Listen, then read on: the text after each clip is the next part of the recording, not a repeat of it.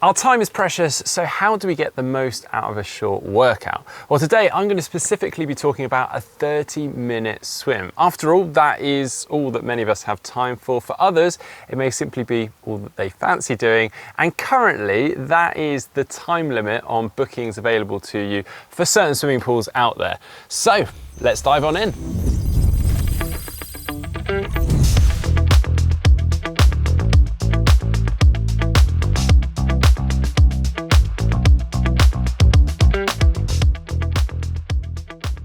Now, I will be giving you some 30-minute swim workout examples today, but to start off with, I actually want to run through a few tips to help you get the most out of those 30 minutes. Now, just because you're going to be jumping in for a short period of time, that doesn't mean you should cut the warm-up and warm-downs out, because they're still absolutely crucial. They tend to be the first thing to go when people are pushed for time. Now, of course, you can cut them down or shorten them to a degree, so perhaps just a couple hundred meters max for the warm-up, and maybe as little as 50 to 100 meters for the cool-down. Build into the warm-up. That'll allow you just to warm your body up, get the blood flowing around the body, get the muscles ready for the workout ahead. And then the cool-down serves as a way to gradually bring that heart rate back down and also flush some of the waste products out, like lactic acid.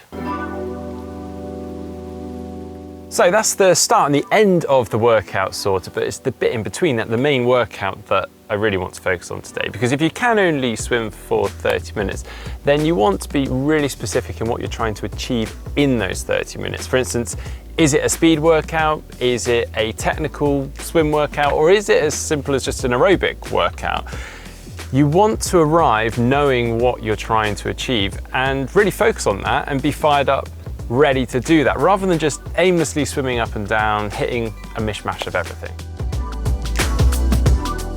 And following on, whatever type of workout you're trying to do, you should still be factoring recovery into that. One of the biggest mistakes you see for those that are time pressured is that they more or less swim non-stop for the entirety of their swim. Again, this comes back to the previous point about trying to be specific in the workouts. If you're trying to do a speed workout, for example, on minimal recovery, I can tell you now, it's not going to end well, and you certainly will not be getting the training benefit from it as you should be. And again, that leads me on, because it is time to just accept that a 30-minute swim is shorter.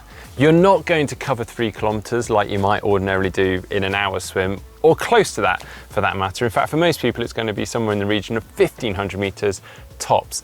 And that's fine. Accept that and focus on those 1,500 meters being good quality and time well spent, rather than trying to aimlessly eke out a few extra lengths purely for it to look good in your training diary. And whilst we're talking about quality, now's a pretty good time to discuss technique. As I'm sure many of you already figured out, swimming is a hugely technical sport. That means poor technique leads to inefficiency in the water. Basically, like you're fighting yourself through the water. Now, I am a big advocate of sorting out your technique before adding mileage on. In fact, I've known a lot of swimmers that have become better and faster swimmers off less mileage, but having improved their technique. In fact, if you have spent a bit of time out of the water lately, which many of us have done, then I suggest that being a big focus at the moment. So on that note, I've got a few session examples here for you to use. Of course, do feel free to adapt and change them to suit yourself.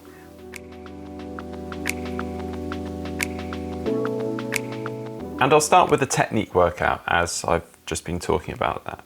So warm up with just a steady 200 meter swim, then into the main set, 4 lots of 25 meters as 10 meters scull, 15 meters swim, then into 100 meters swim with a nice good form. Then 4 lots of 50 meters as 25 meters drill of your choice, 25 meters swim, then into 100 meters swim with good form, 4 lots of 25 meters kick with a board, 100 meters swim with good form, then finally 4 lots of 50 meters pull with paddles if you have them, then into 100 meters swim with good form, taking 20 to 30 seconds recovery between all the reps and finishing with a nice easy 100 meters warm down. Well, that is 1,300 meters there in that set, but obviously feel free to reduce the distances or maybe even take a whole set out there. If you do want a reminder on some drills that you can implement into that, or even how to do the scull drill, I will throw you to those videos at the end of this one. But now for a speed workout. So starting out with 100 meters swim to warm up, then into 100 meters building to a strong pace.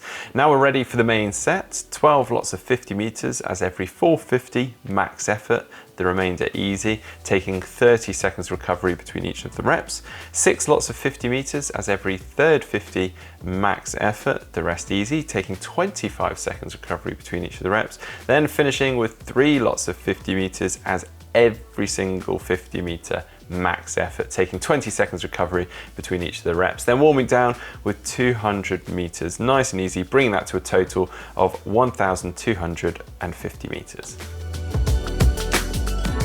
Well, there we go. There's two pretty good example swim workouts there. I think you probably get the picture in terms of format now. Start with a little warm up, you've got the main set, and obviously finishing with a little warm down. Use the same format, perhaps over some longer aerobic swim reps in that main workout too. Now, ideally, you want to make sure that your week has a bit of variety to it so that it hits different fitness and training zones. For example, you might do one aerobic swim and one speed workout, for example, and then you might even want to alternate that between weeks with a technical workout or a strength workout, for example. And finally, I'm not totally writing off the straight swim, despite everything that I've said today. By that, I mean literally swimming constantly for the entire 30 minutes, or perhaps even just taking a couple of short breaks within that. There is a place for that. It's good for your muscular endurance and obviously will help for triathlon races that tend to be over those longer distances. All I'd say is just make sure you mix it up, which obviously I've discussed today. You've got a nice variety in your training and not all your swims end up like that. Well, I hope you have enjoyed today's video. If you have, give it a like, give it a thumbs up. Make sure you are following GTN over on our social media channels. And if you're not subscribed to the channel, you can hit that subscribe icon just down below.